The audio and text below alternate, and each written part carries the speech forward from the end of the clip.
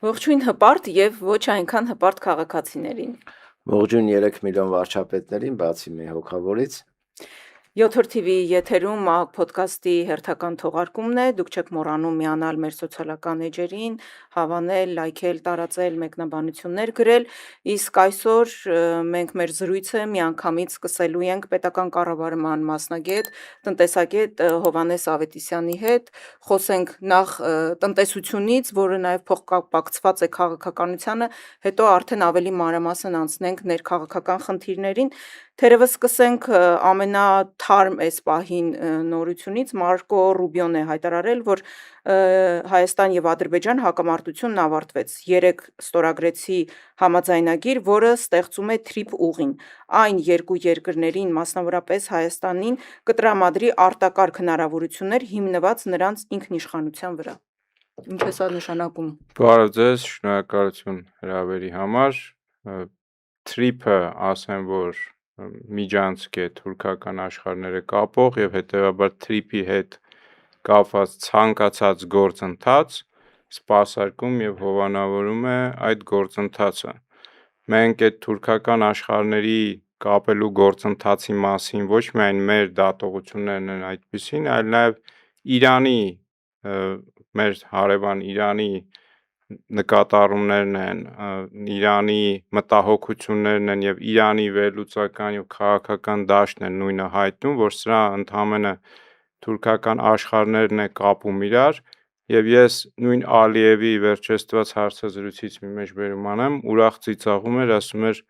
ես ուրախ եմ, որ եվրոպական գործընկերները եւ ամերիկյան սկսել են թրիփին հղում անելուց ասել Զանգեզուրի միջանցք։ Սրանով ամեն ինչ ասվում է եւ հետեւաբար այսպես կոչված հնարավորությունները, վերջին նաեւ օդանավակայանում ստորագրված թուղթը հուշում են նրա մասին, որ հանքերը ամերիկացիների ըստ մեզ հայերին չենք թողի մորթեն, թուրքերին էլ ճանապարհը մինչեւ հասկանանք ինչա լինում, հայերին ավելի թուլացնենք ու այս տարածաշրջանից այնպես մաքրենք, որ ստացվի դե կամավոր գնացին, էլի։ Իսկ այս շտապողականությունը ինչ է նշանակում։ Այսինքն իրենք մտավախություն ունեն, որ հունիսի 7-ից հետո Նիկոլ Փաշինյանը չի լինի ու քանի հիմա կա պետք է օգտագործել մինչև վերջ ինչքան որ հնարավոր է, թե աջակցություն են ցույց տալիս այս ճանապարհով, իբր թիկունքին կանգնած են ու նաև ուզում են ապահովել նրա վերարտադրությունը։ Իրականում կարծում եմ երկուսը միասին, նրանք համ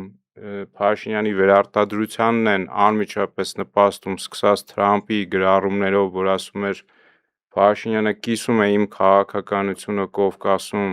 եւ հետեւաբար ունի իմ ամբողջական աջակցությունը, իսկ սա ուղիղ նշանակում է, որ այսպես կոչված թրիփը եւ քաղաքականության կիսելը Փաշինյանի դա թուրքական օրակարգի մաս լինելն է, որովհետեւ ՆԱՏՕ անդամ լինելով Թուրքիան եւ ԱՄՆ այս տարածաշրջանի հետ կապված նույնական օրակարգեր ունեն, ԱՄՆ Թուրքիային տեսնում է այս տարածաշրջանի այսպես ասած համակարգողը եւ երբ հայտնում են, որ իրենց օրակարգերը նույնական են Փաշինյանի հետ, դա անմիջական եւ ուղղակիորեն խոսում է նրա մասին, որ Փաշինյանը համաձայնվել է թուրքական օրակարգի եւ այս տարածաշրջանում ազդեցության թուրքական մեծացմանը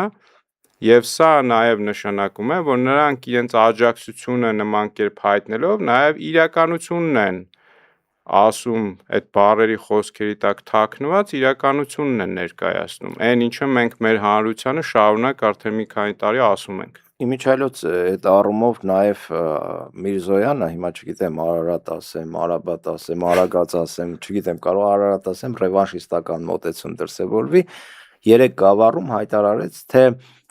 որպես այլընտրանք ռուսական շուկային մեր մրգերի, բանջարեղենների, ծաղիկների համար նաև դիտարկում են Թուրքիան, այդ իր բառերն են բառացի ցիտում, ու այնտեղ կան գործարար շրջանակներ, որոնք հետաքրքրված են մեր գործարար շրջանակների հետ ակտիվ հարաբերություններ հաստատելու մեջ։ Այսինքն այն տեսակետը, որ ներկայացվում է երկար ժամանակ, որ սրանք Ռուսաստանին դուրս են հանում Թուրքիային բերելու համար, ըստ էության ուղղակի թե անուղղակի այդ մասին հայտարարում է Նիկոլ Փաշինյանի արտգործ նախարարը։ Հիմա այս առումով արդյոք Թուրքիան, եթե չոր այդ տնտեսական վերցնենք, կարող է փոխարինել Ռուսաստանին տնտեսական առումով։ Տեսեք, դա բացարձակ սուտ է, ինչը որ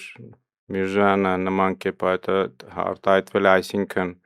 որ Հայաստանը կարող է գյուղմթերք օրինակ ինչ-որ մի օր արտահանել Թուրքիան։ Ցանկացած մարդ, ով երբևէ եղել է եվրոպական որևէ երկրում, եղել է ԱՄՆ-ում, գիտի, որ այնտեղ գյուղմթերքի, հատկապես պահածոյացված ջրեր եւ այլն, ամբողջ շուկայի մեծ գերակշիռ մասը գալիս է Թուրքիայից։ Այսինքն Թուրքիան ունի այնպիսի ուժեղ գյուղատնտեսություն, որ նույնիսկ նրանք մեր տարածքում գիտենք, նույնիսկ լոլիկ են ներկրում Ու Հայաստան։ սուբսիդավորում են իրենք Ու ավելի էժան է այդ ամեն ինչը, քանի որ ունեն էներգակիրներ, հիմա էներգակիրները շուտով ավելի են էժանանալու, քանի որ Ռուսաստանը մեծ ատոմական է կառուցում Թուրքիայում։ Եվ այս պայմաններում խոսել, որ հայկական ապրանքը, որը բացարձակապես մրցունակ չէ եւ որակական եւ տեսքի եւ համայն առումներով, Թուրքիան ամեն դեպքում չմոռանանք, որ հայկական լեռնաշխարհում է եւ այդ հայկական լեռնաշխարհի այդ հողերը ժամանակին հայերին արտաքսել ցեղասպանել են հենց այդ հողերի համար։ Եվ այդ տարածքում աճած բերքը լավագույնն է աշխարհում եւ խոսել, որ կարող է ստեղից գյուղատնտեսական ապրանք գնալ Թուրքիա, հեքիաթ չէ, սա չգիտեմ ինչ է։ Ու ծաղիկի մասին էր այդ մարդը կոնկրետ խոսում, բայց հիմա այդ առումով, որը քաղաքական արդեն թեմա է դարձել, Ռուսաստանի կողմից պատժամիջոցների կիրառումը, սահմանափակումները, գյուղմթերքի, ծաղիկների, ալկոհոլային խմիչքների հետ կապված, տեսեք,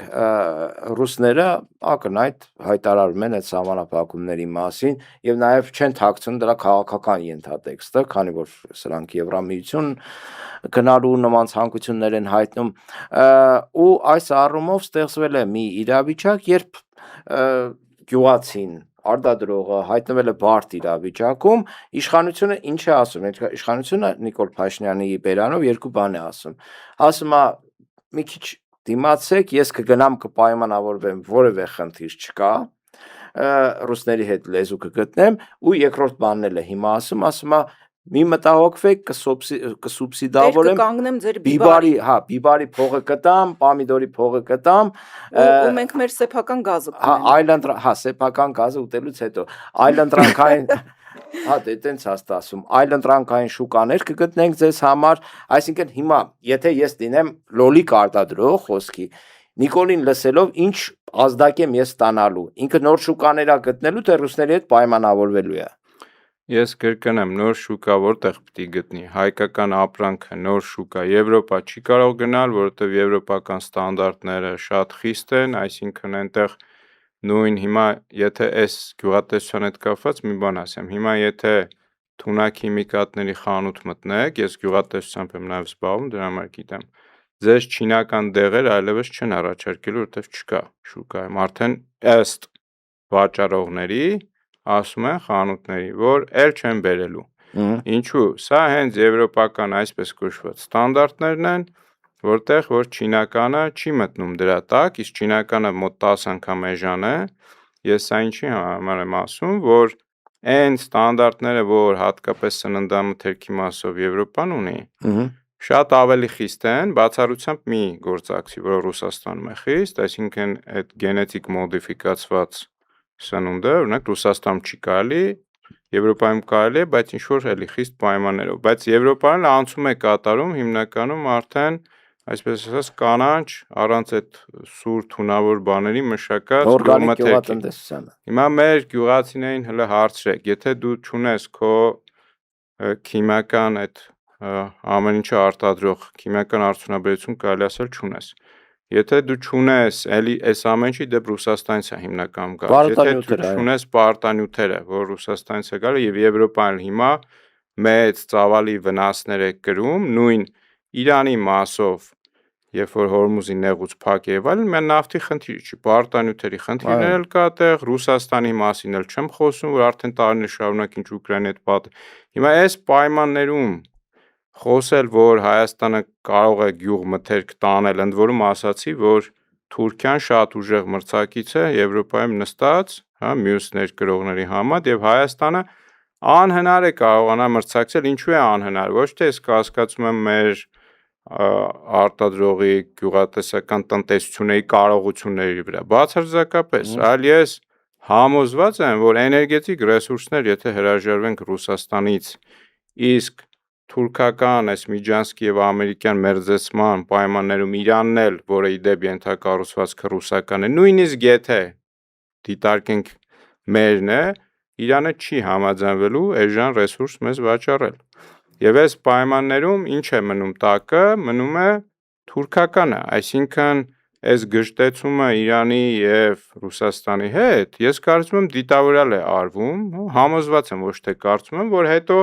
մեզ թողեն ադրբեջանական եւ այլ աղբյուրների հույսին, ընդ որում, ստեղ նաեւ ասեմ, որ ադրբեջանական էներգակիրներն էլ սահմանափակ քանակի են, որովհետեւ հենց հիմա այն Եվրոպան, որ իբր ժողովրդավարություն եւ այլն է, կեղծ քարոզանում, օգտվում է ռուսական, ադրբեջանական։ Չէ, հենց այդ ադրբեջանականը չի, Ադրբեջանի ռեսուրսը սահմանափակ է, ինքը իրենն է օգտագործում եւ այդ խողովակաշարով ի սկզբանե գնում է ռուսական գազ, վաճառում է Եվրոպային։ Այս է ճշմարտությունը։ Շատ լավ գիտի ու օգտվում է։ Իհարկե գիտեն, շատ լավ։ Այսինքն ասածս ինչ է, նույնիսկ Հայաստանը ենթադրենք թուրքասեր են դարել մեր ժողովրդին ինչ-որ մեծ զանգված, որոշել են թուրքերի հետ եղբայրություն անեն, չգիտես ինչու, ցեղասպանվելուց հետո։ Նույնիսկ այդ պայմաններում ադրբեջանցիներն էլ եթե շատ ուզենան, չեն կարողանալու էլի Հայաստանին էժան էներգակիր վաճառել։ Այսինքն այս մեծ ամբողջ այս կեղծիքը, որ Հայաստանի շուրջ կառուցվում է թե իբր տնտեսությունը, այլընտրանք միշտ կա, բայց մրցակցություն կա, չէ՞ այդտեղ։ Մեր շուկայից այն շուկա, նույնիսկ եթե սա ամեն ինչը դնենք մի կողմ, ճանապարհները բա։ Այդ ճանապարհները ոնց է, ինքնաթիռով են տանելու այդ լոլիկը, թե այն երկաթգծով, որ գոյություն չունի, որը իբր թե պետք է լինի, որը չի լինելու։ Ասում է մեզ թույլ են տվել միանալ աղալքալակ Կարս Բաքու այդ երկաթգծին, Պարս տրամաբանությունը քարտեզը բացում ես, նայում ես աղալքալակ գնացող երկաթուղի ունենք թե չունենք։ Չկա, չէ՞ նման երկաթուղի։ Այս մի քանի օր, երևի 3 թե 3 չառաջին օրներ մի այդպիսի թոսփչոցի իրենք հրապարակեցին, ասեցին, որ առաջին անգամ Եվրոպայի արտահանվել բանջարեղեն եւ վարդեր, իհարկե չէր նշվում ոնց են արտահանել, ինչ են արտահանել։ Բայց այս թեմա կատարյալ սուտ կլինի։ Դե հիմա Եվրոպա որտեղ են տա։ Ոչ մի բան չի ասվում։ Ասեք կարող Ալբանիա տարածել։ Ոչ մի բան չի ասվում, դե դրա համար էլ ասում թոսփչոցի է ու գյուղացիների աչքն են ուղակի ուզում էսպես փշի անել, հա, որովհետեւ այս սահմանափակումներից հետո Ռուսաստանի կողմից կիրառվող գյուղը Նիկոլ Փաշինյանի տակից սկսել է փախնելը ու ըստ օդում կախված տեղեկությունների Նիկոլ Փաշինյանը զանգարել է եվրոպացի իր ընկերներին, բարեկամներին, այդ մակրոն-մուկրոններին, խնդրել է, աղաչել է, որ հասի հարայ, ես բան եմ անում, կործանվում եմ, всё пропало, մի բան արեք, ինձ փրկեք ու որոշել են այսպիսի մի բան հնարք կիրառել, ասել իբր արդեն Եվրոպա են սկսել արտահանել, բայց ոչ նշվում է, որ երկիր են արտահանում, ոչ նշվում է ինչ ճանապարհով, ոչ նշվում է ինչ ընկերություններ են այդ ապրանքը գնել, ինչ գնով են գնել ու ըստ տեղեկությունների պարզապես տանելու են եւ թափեն կամ շատ հասցնեն Ուկրաինա։ Ուկրաինա իմիջայլոց ցույց տվեցին, որ իբր Վրաստան նաեւ ինչ որ մի հատ դախլ էին դրել, ծաղիկ էին ծախում, ասում են սա հայկական ծաղիկներ է, ամբողջ ռուսական շուկայի փոխարինիչներ են ակնհայտ է, որ ասենք դեմոնստրացիա էր այդ ամեն ինչը։ Տեսեք, բոլոր այս տարածաշրջանի երկրները առնվազն ասիական երազում են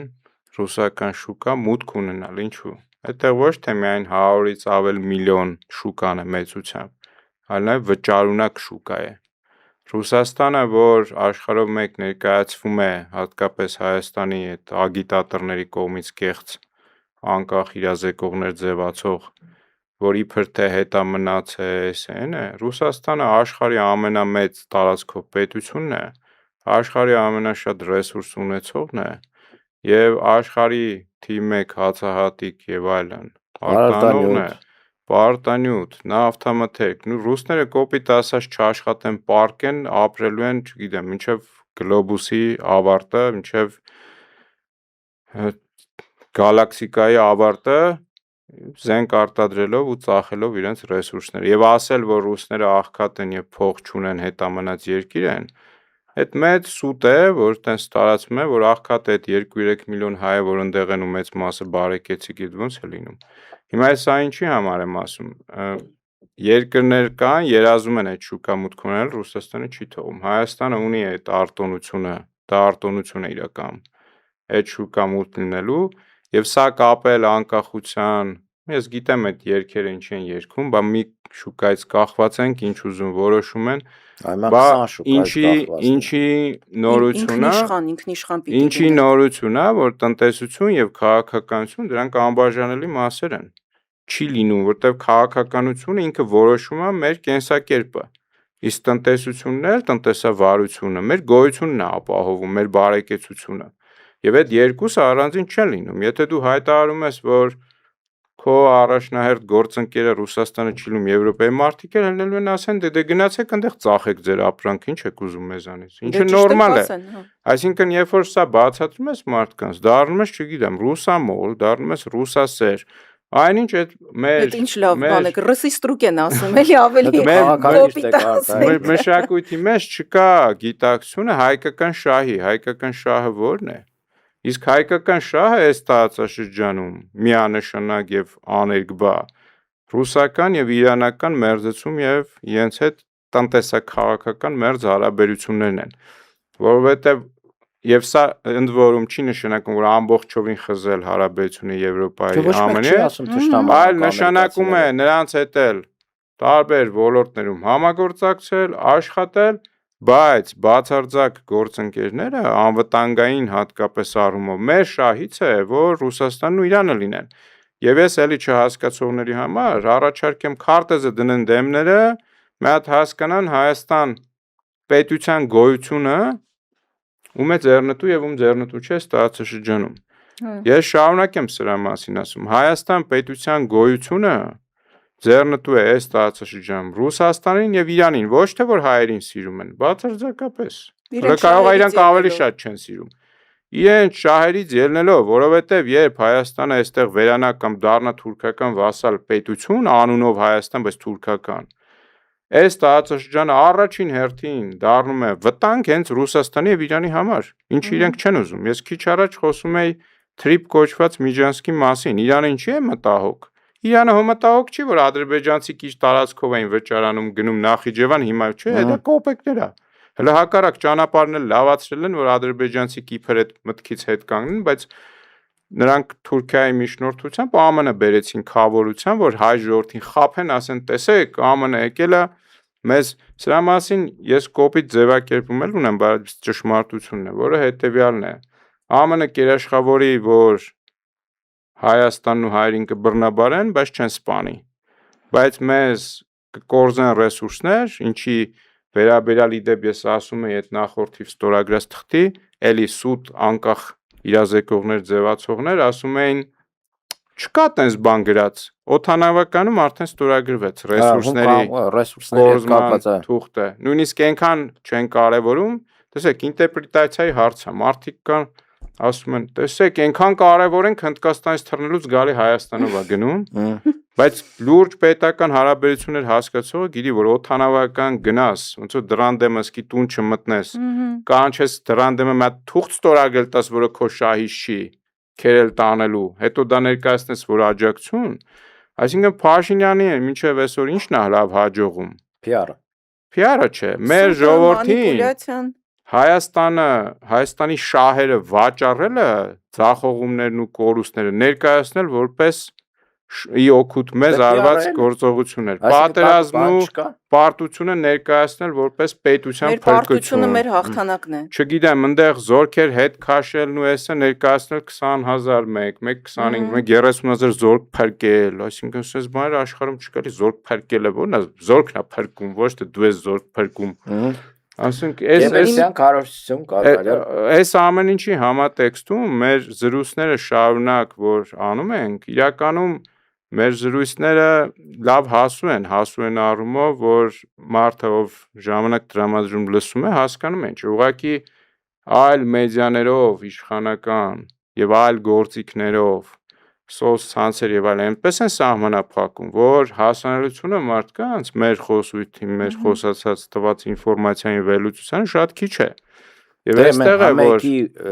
հնարավորությունները չունենք ֆեյքի նույն սոցհարցումներին երբ փողում են անում մարդիկ թիվ 1 լրատվականը առաջի որ նայում են հենց հմեկն է, որը դարձել է ԿՊ-ի քարոզչական մեքենա։ ուղիղ հենց իմաստով քարոզչական մեքենա այնտեղ Պետրոս, մյուս Պողոս, Մարտիրոս նստած զբաղված են ԿՊ-ի քարոզչություններով ու չեն էլ թաքցնում դրա մասին։ Օրինակը ինձ համար չգիտեմ կարմիր գիծ եւս մեկ անգամ հատել էր մի հատ սունկ կայք կար, որտեղ հրապարակվեց Facebook-ի ագենտներ, Են որ քո անունն էլ կար մեջը, որպես չգիտեմ ինչ, լոմ էր, հա։ Ու լոմովը դրատվական, հա։ Չէ։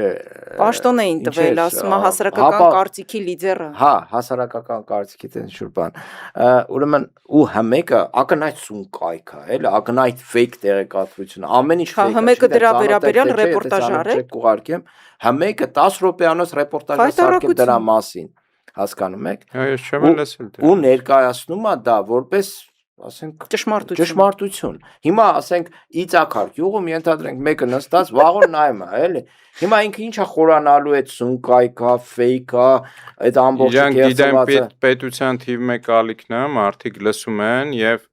մեզանում քանի որ դպրոցներից սկսած շատ լուրջ խնդիր կա, տարական, քաղաքական գիտակցություն չկա, այս քաղաքականը ինչն է, ոչ թե կուսակցական տարբեր թեմաները, որ մարդիկ երբեմն չեն ասում, այլ իրենց ապրելուն կենսակերպին վերաբերվող հարցեր։ Այդ տարական սեփական շահի գիտակցությունը կարճ ասած չկա մարդկանցում, որ կա քո տարածաշրջանի, քո ծնված կետից տեղից ելնելով կան դրույթներ, որ դու երբ խախտես դուժելու ես։ Այսինքն Թուրքիա հետ մերձեցումը անհնար է լինի, Թուրքիա եկել քո տարածքները գրավել է, քեզ ցեղասպանել այդ տարածքի համար, հիմա դու ո՞նց ես ակնկալում ու չի ճանաչել այդ ցեղասպանությունը, հրաժարվում է դրա ճանաչումից։ Այսինքն ես հարատև թշնամանքի կողմնակից չեմ, բայց ասում եմ, լինում է մերձեցում եւ լինում է բարեկամություն չի կարող լինի էլի հարաբերությունների կարգավորում, երբ թշնամի էլ լավ չասենք, ասենք հանցանք կատարած կողմը զղջում է, գիտակցում է իր արածը եւ փորձում է հատուցի այդ վնասը։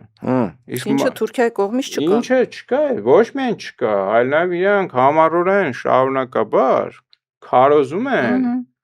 որ այդ հայրն էին մեղավոր դավաճանեցին մեզ, դրա համար է տենց եղավ։ Նաև Նիկոլը նույն բանը թելում է այդ թելը։ Նաև Էրդողանը հայրին համարում է թշնամի։ Ես ձեզ մի ուրիշ բան էլ ասեմ, որպես ԱՄՆ-ում մի քանի տարի սովորած եւ ապրած մարդ։ ԱՄՆ-ում երբ հայերը հավաքվում էին եկեղեցիների,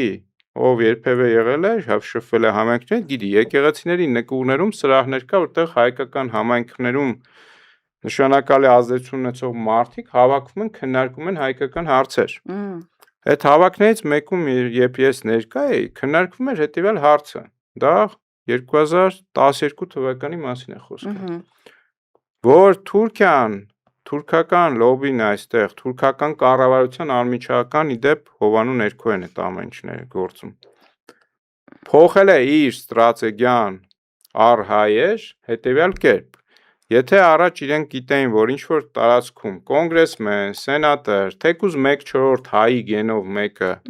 ընտրվում է, տեխնացու է առաջադրել, իրենք տարիներ առաջ ոչինչ չեն անում, բայց այդ նշածս պահից սկսած իրենք ինչ են անում, հակառակ կողմին, անկախ նրանից ով է տեխնացուն, լիքը ռեսուրս են դնում վրա, փող են դնում, որ հայը չանցնի, ինչու, իրենք հասկացել են, որ սա եթե հայտնվում է կոնգրեսում, սենատում, այդ հայկական բանաձևեր, մյուս ավելի շատ փող եմ ծախսելու դրա դեմ առնելու, քան հենց հիմա այս սահմանային փուլում նախընտրական ընտրությունին այս տեխնացուի դեմ առնեմ են հակառակ կողմին ուժեղացնելով։ Եվ պատկերացրեք սա ինչի համար եմ պատում։ Այս նման քաղաքականություն ունի Թուրքիան։ Այսինքն Թուրքիան ոչ միայն ցեղասպանությունը ուրանում է, այլ նաև նա պատրաստ է նոր ցեղասպանությունների եւ Արցախն էլ վառ օրինակ ցեղասպանությունը մենակ մարդուն փրկել սպանելով չի, տնից տեղից զրկես հողից հանես կտրես իր դրանից ցեղասպանության սահմանում է, երբ որ նայում ենք ամբողջովին Արցախի ժողովրդի տեղահանումը, տեղավորումը այդ սահմանման ներքո, այդ սահմանումն էլ հո մենք չենք գրել։ Ուղղակի մեր մասսայական չէին կոտորել դրա համար, բոլորը հետևից ընկած գոռումա թե դուք ինչի չեք մեռել։ Դե ինքը եւի զարմացել է, ուզում էր երևի մի 10,000-ն է մեռնեին, որ ընդհանրապես մոռանային Արցախի մասին վախից։ Մանիպուլյացիայից խոսեցինք, աջակցությունից խոսեցինք, հիմա ինչպես է ստացվում, որ օրինակ Մարկո Ռուբիոյի, Թրամփի, Մակրոնի աջակցությունը հիբրիդային պատերազմ չի, բայց օրինակ Ռուսաստանի կողմից եկող այդ աջակցության խոսքերը, Պուտինի ասածները, այ դա հիբրիդային պատերազմ է, ու այստեղ ովքեր ունեն պրոռուսական, իսկ իրականում հայկական շահերը առաջ տանող ուժեր, ապա իրենք ներկայացում են որպես Ռուսաստանի լրտեսներ, ու այս շրջանակներում նաև ես ուզում եմ, որ անդրադառնանք Մայր Հայաստան կուսակցության նախագահ Անդրանիկ Թևանյանին այդ սարսափելի մեղադրանքով կալանավորելուն, ու հիմա ճիշտ է մեղադրանքը հաստատված, չի չել կարող հաստատվել, որովհետև բնության մեջ այդպիսի բան գոյություն ունենալ չի կարող, առանց որևէ փաստի բացարձակ անհիմն կալանավորել են Անդրանիկ Թևանյանին, բայց աչ ու ձախ այդ ԿՊԱ-կանները տարբեր եթերներով արդեն իսկ որպես մեղադրանք ներկայացնում են, որ լրտես է, որ գումար է վերցրել եւ այլն, առանց որևէ փաստի, էլի։ Հիմա ինչպես է ստացվում, որ իրենք լրտես չեն, իրականում Թուրքիայի եւ Ադրբեջանի շահերը, սպասարկողները լրտես չեն, բայց այ օրինակ Անդրանիկ Թևանյանը դարձավ լրտես։ Ու այս առումով մեկ բան ավելացնեմ, իրենց մոտ սա ներկայացվում է որպես պատմական դեպք, հայկական ժամանակի հոդվածին չգիտեմ ծանոթ եք թե չէ, չեմ կարծում, ներվես խնայում եմ։ Թևանյանի նկարը դրել են ու ասում են սա պատմական իրադարձություն է, ու այնտեղ ցույց են տալիս դեպքերը, երբ կայսրությունների փլուզման այդ եզրագծերում հայերը որոշում են կայացնել, ասենք փոխել օրենտացիան Իրանից Բյուզանդիա, Բյուզանդիայից չգիտեմ Թուրքիա, մի խոսքով այդպիսի ինչ որ կալամբուր էր ներկայացված, ու այդ համատեքստում էին տեղավորել Թևանյանին, որ հայ-ռուսական կայսրությունը փլուզվում է, այլ ճիշտ պահն է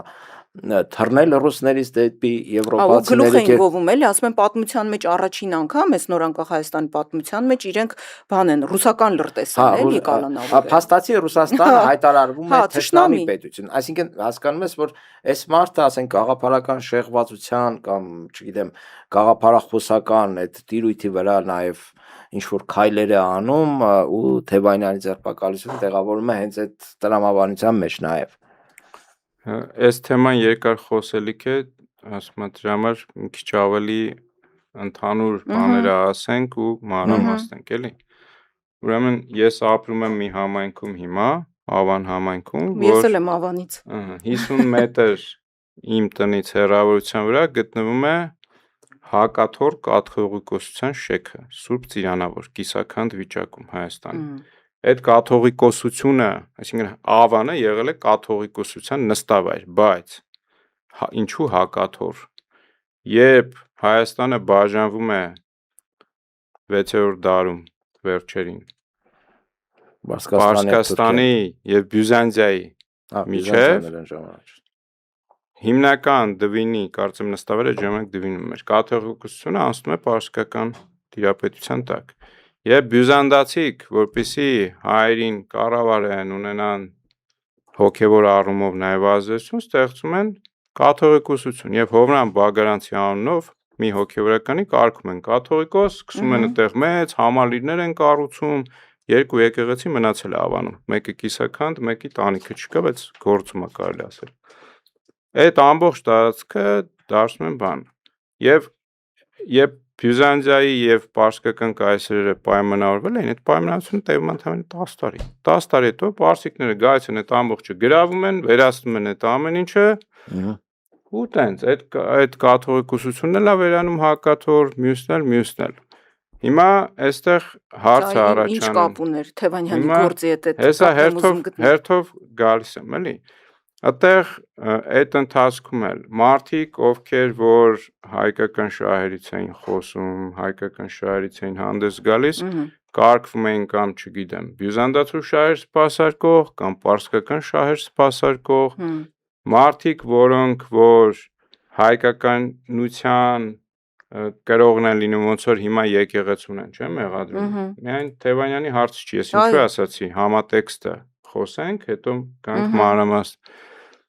Մեր դարերով շարունակ, քանի որ այս ամբողջ աշխարհը գիտի, աշխարհի վերլուծաբաններն էլ այս խաչմերուկում հատվում են պարսկական, թուրքական, ռուսական կայսերական, հենց այդ բառի բուն իմաստով շահեր։ Եվ երբ մենք մեր շահը չենք գիտակցում, այդ 3-ից 1-ի ձեռում գործիք ենք դառնալու։ Հիմա այսօրվա իշխանությունը ինչ է անում։ Այսօրվա իշխանությունը ակնհայտորեն ինձ համար ակնհայտորեն թուրքական օրակարգի կրող է։ Որպեսզի կարողանա այդ թուրքական օրակարգը եվրոպականացման տակ տանել, այդ Եվրամիության անդամակցություն, օրենք, ընդունում եւ այլն, ինչը կեղծ է, երկու օրինակով ասեմ ինչու է կեղծ։ Հայաստանը բացի որ տնտեսական առումով, ինչը Եվրոպական միությունը ստեղծվել է տնտեսական շահի շուրջ, Ֆրանսիա, Գերմանիա, ածխային այդ միության եւ այլնի շուրջ է ստեղծվել, ակնհայտորեն Հայաստանը իրենց պետք չի, բայց այդտեղ մի ուրիշ կարևոր բան կա։ Գերմանիան, որը Եվրամիության շարժիչ ուժն է, Գերմանիայում ապրում է 3 միլիոն թուրք։ Եվ առանց այդ թուրքական մեծ համայնքի, շատ ազդեցիկ համայնքի կարծիքը հաշվի առնելու այնտեղ որոշումներ չեն կայացվում։ Այսինքն այդ թուրքական համայնքը ո՞նց է կարծում, կողմ է լինելու, որ Հայաստանը դառնա ԵՄ անդամ, առանց Թուրքիայի ԵՄ անդամ դառնալու, իսկ Թուրքիան ԵՄ անդամ չի դառնում, մի պարզ պատճառով, որտեվ ԵՄ-ն կգրավվի ամբողջ Թուրքիայի կողմից, ամբողջ Եվրոպան, որտեվ Թուրքիան ունի ագրեսիվ քաղաքականություն ամբողջ Եվրոպան գրավելու, նա ոչ միայն արտահանում է իր մարդկանց, հենց դիտավորյալ, այլ նաև քրդերին, այլ նաև տարբեր փախստականների։ Եվ ինձ սրա մասին պատմում էին նույն հույները, ասում են մեր սահմանների վրա հենց թուրք սահմանապահներն էին փշալարեր եւ այլը բացում, որ այդ փախստականները Սիրիայից եւ այլ երկրներից լցվեն Եվրոպա։ Հիմա այս պայմաններում ինչի մասին եմ սա ասում։ Այդ կեղծ օրակարգը Հայաստանի ԵՄ-ի անդամակցության իրականության մեջ Հայաստանին թուրքականության տակ տեղավորելու ԵՄ աջակցությունն է։ Եվ այս որպեսզի սա տեղի ունենա, հայը պետք է հրաժարվի ռուսի հետ գործակցությունից, ռուսին պետք է թշնամի կարգի։ Քանի որ Արցախի հարցում ռուսական իմ կարծիքով ամեն դեպքում սխալ մոտեցումը, հա, այնտեղ զորքեր հանելու, բանալու, ինչքան էլ որ դա հետևանք է դա էլ ասենք Փաշինյանի Արցախը Ադրբեջանի կազմում ճանաչելու, ինչի մասին մենք մի քանի տարի ասում ենք 20 թվականից սկսած, ասում ենք, որ այս մարդը եթե սենց եղավ 22 թվականի հոկտեմբերին էլ գնաց ճանաչեց, հա, այս վատ հետևանքներ ունենալու։ Օրերս նաև Պուտինն էր ասում, ես մեր բանկեր, դու գնացել ես միջազգային հարթակներում թուղթ ես ստորագրում, որ Արցախը ճանաչում ես Ադրբեջանի կազմում, ես զորք ընդեղում համար պահեմ։ Բառացի ասես, չէ՞ մարդը։ Հիմա այս համատեքստում պարտադիր է, որպեսզի ռուսը թշնամի ներկայացի, որովհետև հայը կհրաժարվի Ռուսիայի հետ գործակցությունից, երբ որ ինչ որ ձևերով ներկայացում որ սա քեզ թշնամի է, սա քեզ օգտագործում է։ Այդ ժամանակ այսպես կոչված եվրոպականացման իսկ իրականության մեջ թուրքականացման բանը կընդունվի, եթե ոչ խանդավառությամբ, այլ ցանկալիորեն։ Հիմա այս համատեքստում, երբ որ ներկայացում է ռուսը որպես թշնամի, քո երկրի ներսում պետքա դու գտնես մարդիկ, որոնց դու պետքա ներկայացնես, այս սրանք են այդ վատ տղեկը, որոնք այդ օրակարգի ռուսականության կրողներն են, չգիտեմ, կաթողիկոսից սկսած, իր աղբորից սկսած, մինչև Անդրանիկ Թևանյանով, քաղաքական դաշտում գործողներով, չգիտեմ, Հովհաննես Ավետիսյանով, Տերենիկով, մյուսը բոլորը Ինձ արդեն ոնց որ թե ինձ ավելի շուտ։ Այսինքն ռուսներին հիմա արտաքին թշնամու ասածս ինչ է, Անդրանիկ Թևանյանի ձերբակալումը եւ ելի են լինելու նման դեպքեր։ Հիմա ինչ է անում, սպառնում է Սամվել Կարապետյանին, ասում է, չէ, օրերս բառացիորեն իր ասում է տարիներով, տասնյակ տարիներով չես գալու Հայաստանից դուրս գաս, նստելու ես որպես, չգիտեմ, շպիոն, գործակալ, Բոմժ եմ սարքելու։ Հա, սենց բաներ է խոսում։ Այսինքն նույն այդ Եվրոպան, հիմա տեսեք, եթե իրականում Եվրոպան մեզ օգտագործելու թեմայի մեջ չլներ, իրենց մոտ 3 հատ գլխավոր իրավունք կա, որ անկախտելի է։ Սեփականության իրավունքն է, իրավունք չունես ինչ ուզում լինի, ուրիշի սեփականությունը խլես։ Օրինակ հեծը չես կարող խլես։ Ահա։ Սեփականության իրավունքն է, մարդու կյանքի իրավունքն է ու ազատության իրավունքը։ Սա ոտնձգություն է կատարում բոլոր իրավունքների նկատմամբ։ Կյանքինը մնում է ասի քեզ կսպանեմ, բայց այն Ազատության ու բայց ազատությունից երբ որ մարդուն զրկում են սեփականությունից ապրելու միջոցից զրկում են, ասում է կյանքից էլ է զրկում անողակույրը։ Չէ, բայց մարդը ասում է կսատկացնենք, կզասնենք։ Հիմա ինքը կարա մեկնաբանի, դա քաղաքական առումով եմ ասում, բայց դրա համար եմ ասում, քաղաքական առումով նույնիսկ երբ մարդու վրա գործ ես սարքում, ակնհայտորեն գործ ես սարքում։ Ազատությունից զրկում ես, զրկում ես, բայց այդ մարդուն հիմա ասածս ինչ է, այդ Եվրոպա կոչված եմ ասում, այդ քաղաքական գործիչներին հղում անելով, այդ կեղծ օրակարգը, որ սուտ իբր ժողովրդա, իրենց ամբողջ համակարգը հիմնված է 3 իրավունքի վրա։ Եթե մեկը խախտի այնտեղ ու մյուսները սկսեն քանդվի այդ ամբողջ իրենց իրավունքների վրա հիմնված համակարգը։ Հիմա ոնց է լինում աչք են փակում սրա արածներին։ Չեղավ որովհետև սրան օգտագործում են ուրիշ բաների համար, այլ ոչ թե դիտարկում են գործընկեր։ Եվ սա էլ իդեպ որպես հակառուսական որ ասացիք թե ռուսների դեմ, իրական ինքը ռուսների դեմ չի կարող հանդես գալ, ինքը կվախենա դա անել։ Բայց նա այդ անում է գործողությունը ներքին լսարանի համար։ Այսինքն նույն Անդրանիկ Թևանյանին մյուսներին ներկայացնել որպես շպիոն գործակալ էսեն, ոնց է որ մի հատ ներքին լսարանին վախացնում են, քարոզչական գործիքը հետևելն է։ Մի հատ պիտի վախացնես մարդկանց, շարունակ ռուսներին բոբո ներկայացնելով, ինչը սոցհարցումները ցույց են տալիս, որ վերջին 6-7 տարում այդ ազդում է, այսինքն մարդիկ արդեն 3-րդ տեղում Թուրքիայից, Ադրբեջանից հետո վտանգը տեսնում են Ռուսաստանից։ Հիմա այսինքն դա աշխատում է։ Վտանգ են տեսնում, չեն ասում գոլավ գործընկեր է, վատ գործընկեր, հա կարան ասեն վատ գործընկեր է օրինակ։ Ինչը ինչ որտեղ ընդունելի կլինի, բայց երբ որ ասեն թշնամիա ռիսկ ենք տեսնում իրանից գոյաբանական, դա արդեն աբսուրդի ժանրից է, էլի։ Երբ որ հայերը այս տարածաշրջանում պետություններ կորցնելուց հետո ամենաշատը թվով եղել են հենց սովետական, ռուսական ազդեցության տակ լինելուց հետո։ Սա իդեպ դրա մասին չի, որ պարտադիր է ռուսական ազդեցության տակ լինել, որպեսզի բարգավաճի։ Ամենևին դա վիճակագրություն է փաստ է, բայց սա ինչի մասին է խոսքը, որ ինչ էի ասում, չշեղվում թեմայից, Փաշինյանը երբ այս գործողությունները անում է, նա իրականում Ռուսաստանի դեմ ուղիղ հանդես գալուց կվախենա, ինչը նաև Պուտինի խոսույցից է հասկանում, որ նրա մոտ նստում ուրիշ բաներ է խոսում։ Բայց ներքին լսարանի համար, երբ որ անընդհատ այդ իր արբանյան քարոզիչները, չէ, կան նույնիսկ ընտրություններին մասնակցող կուսակցություններ, ձևացողներ կան, շնորհապետականներ են ասում իրանց, մինչև Մաքուր Նիկոլական են, Մաքուր չեն տեղավորվել ցուցակում։ Նիկոլից ավելի Նիկոլական են։ Դրանք, այսինքն ինչ են, իրականում դրանք ատելության վախի բան քարոզ են անում ռուսների նկատմամբ, այսինքն ռուսական պետության, այսպես ասենք, ոչ թե ռուսների, ռուսական պետության եւ արտաքին թշնամին ռուսներն են, դե չէր կարող Թուրքիան եւ Ադրբեջանը լինել, բնականաբար, եւ կաթողիկոսը Թևանյանը։ Հիմա այս ինչի համար անում, բայց հիմա ինքը ասում է, տեսեք, սրանք բոբոներն են, ես էլ ձեր փրկիչն եմ։ Ես էլ տեսեք ձերբակալում եմ, ճնշում եմ, նույն եկեղեցուն ինչ ասում, ճնշում է, ասում է, որովհետեւ հայկական չեն իրանք շպիոն են, էս են, հա, sense բաներ է խոսում։ Շպիոնության թեման եկավ կաթողիկոսից։ Ինքը ասում եմ, դա համակարգված եւ սա հենց թուրքական օրակարգն է։ Հայ երբ ռուսին թշնամի ճանաչի, ստիփած կընկնի թուրքի գիրկը։ Այս է իրանց թուրքական օրակարգը։ Ես ինչու եմ շարունակ ասում, Փաշինյանը թուրքական օրակարգի կրող է։ Ես մշեցու արմատներ ունեմ։ Եթե բաներ կա, ես ուղեղս իմ շատ, ասում եմ, մի քիչ գլուխ կողամ, չնայած որ IQ-ն շատ բարձր է, շատ լավ աշխատում է, բացի այդ ես ունեմ նաև գենետիկ հիշողություն։ Հորս պապը եղել է Զորավար Անդրանիկի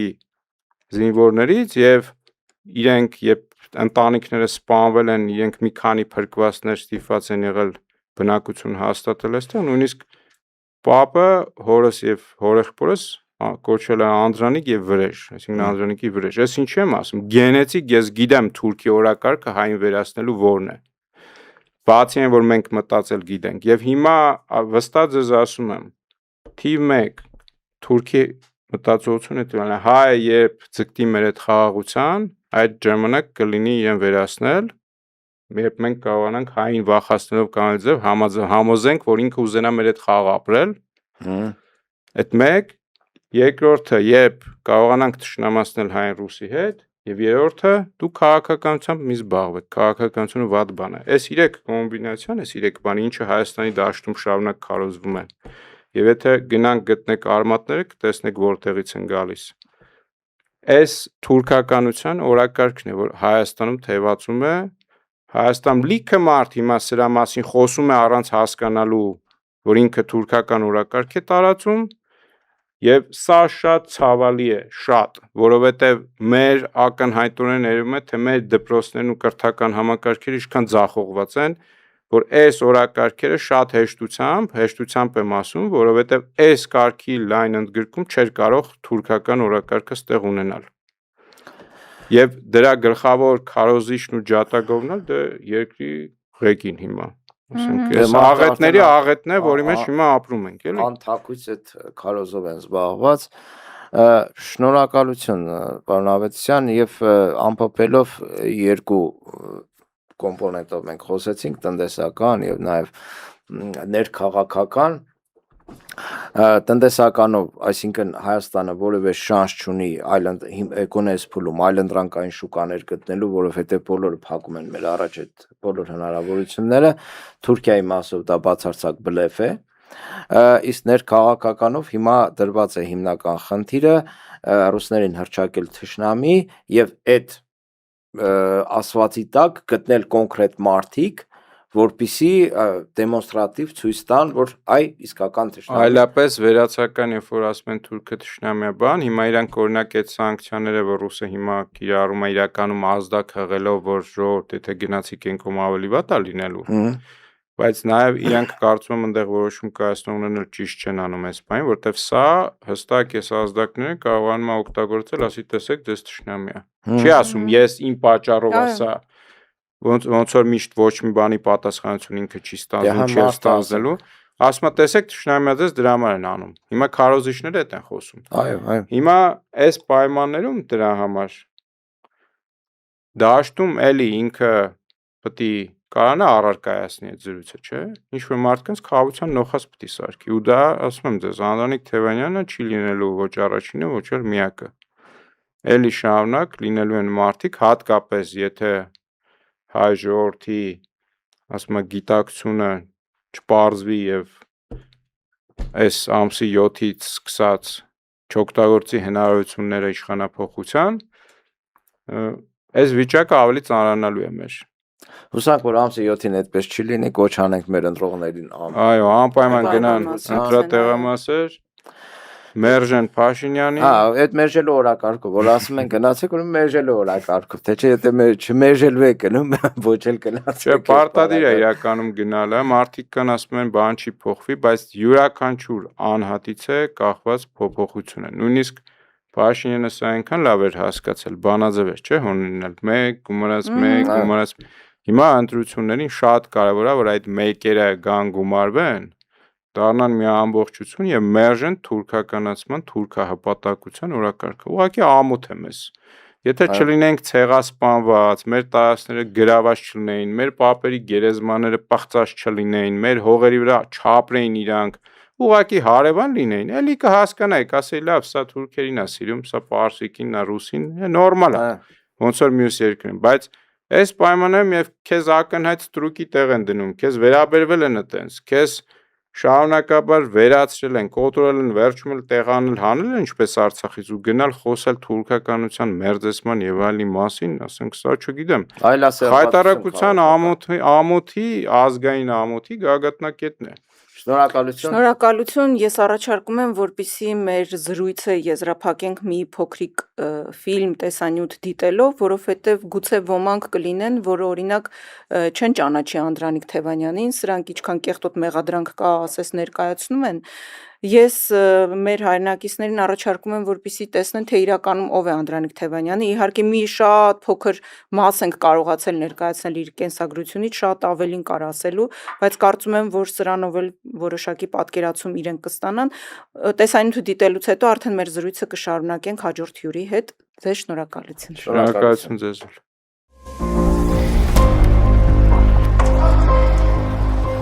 Մայր Հայաստան շարժման առաջնորդ համանուն կուսակցության նախագահ Անդրանիկ Թևայնյանը ծնվել է 1974 թվականի մայիսի 5-ին Երևան քաղաքում մտավորականի ընտանիքում։ Հայրը ինժեներ մանկավարժ էր, մայրը բժիշկ ստոմատոլոգ։ Մինչև 8-րդ դասարանը նա սովորել է Թումանյանի անվան միջնակարգ դպրոցում, այնուհետև տեղափոխվել է Աբովյանի անվան ֆիզիկա-մաթեմատիկական թեկումով դպրոց։ Ղարաբաղյան շարժմանը զուգահեռ տեղափոխություն եղավ իմ Աբովյան դպրոց։ Կարելի ասել, որ առաջին քաղաքական կրթությունը հրապարակային դաշտում եւ քաղաքական հետաքրքրվածությունը հենց 88-ի շարժման ժամանակ տեղ ունեցավ։ 1992 թվականին ընդունվել է Ճարտարապետաշինարարական ինստիտուտ, ավարտել է շինարարության էկոնոմիկա եւ կառավարում բաժինը, ստանալով ինժեներ տնտեսագետի որակավորում։ Այնուհետև ուսումը շարունակել է Ճարտարագիտական համալսարանի մագիստրատուրայի ինժեներական մենեջմենտ ֆակուլտետում։ Թևայնյանը ճարտարագիտության մագիստրոս է։ Նա հանդիսանում է նաեւ կառավարման դպրոցի, այժմ ակադեմիա շրջանավարտ։ Այնտեղ նա մասնագիտացել է քաղաքագիտության ուղղությամբ։ Անդրանիկ Թևայնյանը տնտեսագիտության թեկնածու է։ Նա ավարտել է տնտեսական հետազոտությունների ինստիտուտի ասպիրանտուրան, պաշտպանելով թեկնածուական թեզ պետական բյուջեի ծախսային մասի կառավարման արդյունավետության բարձրացման թեմայով։ Գիտական նորույթը վերաբերվում էր ծրագրային բյուջետավորմանը։ Կրթությունից հետո Թևայնյանը զբաղվել է գիտակրթական մանկավարժական գործունեությամբ, դասախոսել է հայ-ռուսական, սլավոնական եւ ճարտարագիտական պետական համալսարաններում։ 1999-2000 թվականներին Թևայնյանը եղել է Հայաստանի Հանրապետության էկոնոմիկայի նախարարի խորհրդականը։ 2000-ից մինչև 2021 թվականը դասախոսական աշխատանքին զուգահեռ Թևայնյանը զբաղվել է լրատվավելուծական գործունեությամբ։ Աշխատել է հանրային հեռուստաընկերությունում, վարելով տնտեսական վերլուծական հաղորդումը։ Աշխատել է ար-հեռուստաընկերությունում, սկզբում որպես լրատվական հաղորդման գլխավոր խմբագիր, ապա հեռուստաընկերության գործադիր տնօրեն։ 2009 թվականին Թևայնյանը հիմնադրել է 7-օր լրատվավերլուծական կայքը, ինչպես նաև Պոլիտէկոնոմիա հետազոտական ինստիտուտը։ 2021 թվականին տեղի ունեցած արտահերթ խորհրդարանական ընտրությունների արդյունքում Անդրանիկ Թևայնյանը ընտրվել է ազգային ժողովի падգամավոր Հայաստան դաշինքի կազմում։ 2 տարի անց նա վայր է դրել падգամավորի մանդատը։ Հարգելի հայրենակիցներ, ձեզ խաբում են ու շարունակելու են խաբել, քանի դեռ հանդուրժում եք դա։ Պետք է հետևաբար ամեն մեկս իր քայլն անի, մերժելով ստին։ Եկել է քո ժամը, քո պայքարի ժամը, որ ասես քո ոչն այս ստերին։ 2023 թվականի մայիսի 28-ին Թևայնյանն իր գաղափարակից ընկերների հետ հիմնել է Մայր Հայաստան շարժումը, որը նրա իսկ գլխավորությամբ մասնակցել է Երևանի ավականու ընտրություններին, ստացել ընտրողների որոշակի հատվածի վստահության քվեն եւ այժմ ներկայացված է մայրաքաղաքի ավականիում։ Մենք աշխատում ենք տնետուն, բակից բակ, փողոցից փողոց տարբերակներով։ Սերին վաղար շաբաթ սուրբին էջմիածին Մայր Հայաստան։ Մայր Հայաստանը մասնակցել է նաև Գյումրու եւ Աղաշապատի ավականու ընտրություններին եւ կրկին ստացել է վստահության քվե։ Մենք ասում ենք հերիք է հանդուրժենք այս իրավիճակը։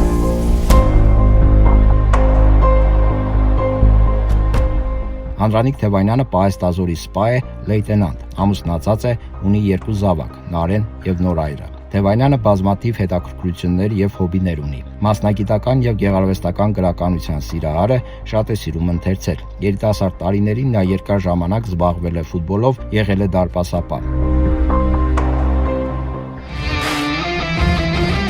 Սիրում է դասական եւ ռոք երաժշտություն։ Թևայնյանն ակտիվորեն ներգրաված է երկրի քաղաքական կյանքում եւ ինչպես բոլորս ձգտում է այս իշխանությունների հեռացմանը եւ հայկական իշխանության ձևավորմանը։ Այսօր Անդրանիկ Թևայնյանը քաղբանտարկյալ է։ Նիկոլ Փաշինյանի ապօրինի հրահանգով նրա վրա գործ է կարվել եւ այժմ Թևայնյանը գտնվում է Երևան կենտրոն քրեակատարողական հիմնարկում։ Հունիսի 7-ի ընտրություններին պետք է անպայման վռնդենք այսօրվա թուրք-ադրբեջանական օրակարգ իրականացնող իշխանություններին։ Հունիսի 7-ի խորհրդարանական ընտրություններին Անդրանիկ Թևայնյանը մասնակցում է Բարգավաճ Հայաստան կուսակցության հետ միասին առաջարկ Հայաստանին ծրագրով։ Բարգավաճ Հայաստան կուսակցության համամասնական ցուցակի 2-րդ համարն է։ Անդրանիկ Թևայնյանը այս իշխանությունների գաղափարաքաղաքական թիվ 1 ընդդիմախոսն է։ Ձևավորվում է ուժային կենտրոն, որը թիմային ու ծրագրային լուրջ այլընտրանք է իշխանությանը եւ հավաքում է պետության կառավարման ղեկը ստանձնելու։ Սիրելի քաղաքացի, անձամբ քեզ եմ դիմում։ միացիր մեզ, միացիր մեր պայքարին, միացիր, որ փոխենք, միացիր, միացիր։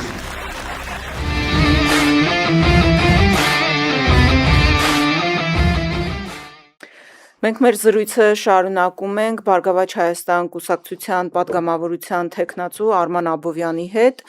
Այսօր բարև ձեզ։ արդեն տեղեկություններ հրապարակվեցին, որ 50-ից ավելի հասցեներում են խուզարկություններ իրականացնում։ Փաստորեն այդ թիվ 1 հոգեխանգարմունքի մեջ ընկած անձնավորության մոտ ուղեղի մթագնումները շարունակվում են։ Ինչ է փնտրում, ինչ է ուզում գտնել եւ ինչ նպատակ են հետապնդում այս խուզարկությունները։ Որոշի բան չի փնտրում, ինքը շատ լավ գիտի, որ եթե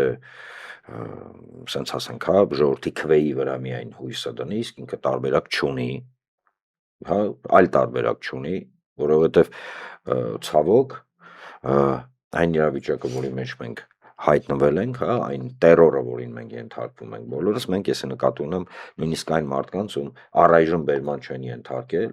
հա, որովհետև տեղեկատվական տերորն էլ է տերոր, էլի մարդիկ գժվցրել է սավին։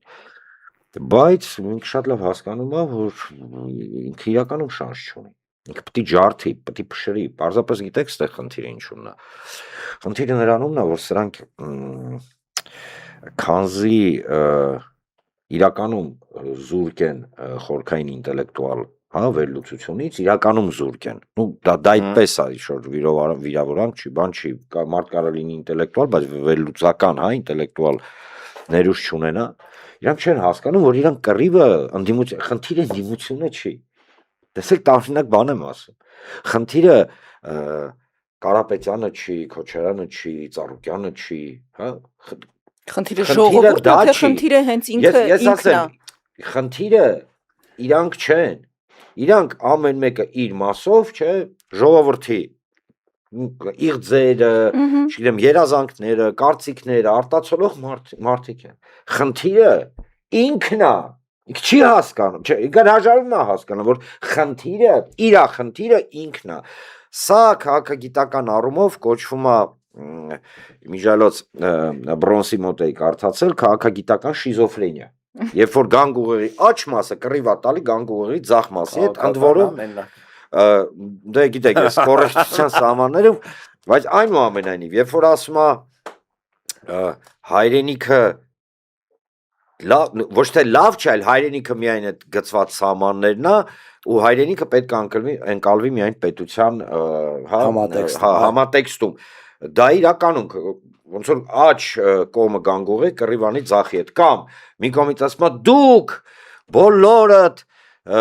բան սենց Արցախը ես չեմ հանձնել, նախկիններն են հանձնել, չգիտեմ ինչ, Արցախը մենք Ռուսաստանը ճանաչեց դրա համար, ես ճանաչեցի։ Արցախ բառից, հա, բայց մենք ասում ենք Արցախը, բան մեկ էլ մի կողմից շուրա գալի, ասում է, բայց շատ լավ է որ տիպը Արցախը գնաց, որովհետև մենք բացեցինք Հայաստանի պատճառաբանից։ Ժորժ ջան, դա իրականում գիտեք ինչի նման է, ոնց որ մարդու գանգուղեղը հեռացնես ու ասես երջանկացրել եմ մարդուն, որովհետև ինքը էլ տխրելու ունակությունից զրկվեց, ինքը տենց վախենալու ունակությունից զրկվեց, բայց գանգուղեղը հանել ես։ Դարել է բույս։ Տեսեք, այս մարդիկ գտել են իրենց, եւ սա փաստ է, գտել են իրենց անվտանգային, անձնական անվտանգային շրջանակը, որոշել են ավելի ճիշտ թուրք-ադրբեջանական տանդեմի պարագայում։ Հիմա դա ի սկզբանե էր, տենց կոպիտ ասած, սրանք ուղարկած չէ, ղրգած էին, թե, տեսեք հատուկ ասացի ուղարկած չէ, ղրգած, հա։ Թե սրանք ընթացքում կամաց հարցու փորձ անելով ընկան այդ օրը։ Ստեղ խնդիրը հետևյալն է, տեսեք, կառավարել հասարակությունը հնարավոր է երկու միջոցով։ Մեկը, երբ որ դու հասարակությանը այնքանս նվազագույնը հարգում, հա, որ բոլոր քո թերությունները իշխանության մասին է խոսքը գնում, այնուամենայնիվ դու մարդկանց տալիս ես ամեն մեկին ընտրության իրավունք, ոչ թե ընտրությունների ժամանակ ընտրության իրավունք, այլ առհասարակ ընտրության իրավունք, ինքը ով լինի, ինչ լինի եւ այլն։ Եվ երկրորդը, երբ որ դու զրկում ես իսպար մարդուն այդ ամեն ինչից։ Բռնապետություն կամ պայմանական, հա, դեմոկրատիա, կիսատ պռատ չի լինում, բայց քանի որ ինչպես ասացի, սրանց ինտելեկտուալ վերլուծական միտք չկա, սրանք մի համակարգ են փորձում ձևավորել, որտեղ հասարակությանը փորձում են համոզել, որ աննասուն լինելը դա լավ է, որ եթե մարդ աննասուն է, ըստ էության դա են, չէ՞ մեզ ասում են եղիր աննասուն։ Կեր խմի ուրախացի։ Կեր, չէ, լափի, խմի, Հա։ ներողություն, չգիտեմ, խառախուռա կենակցի, ով այդ ոնց ինչ, այդ մասի սար, այդ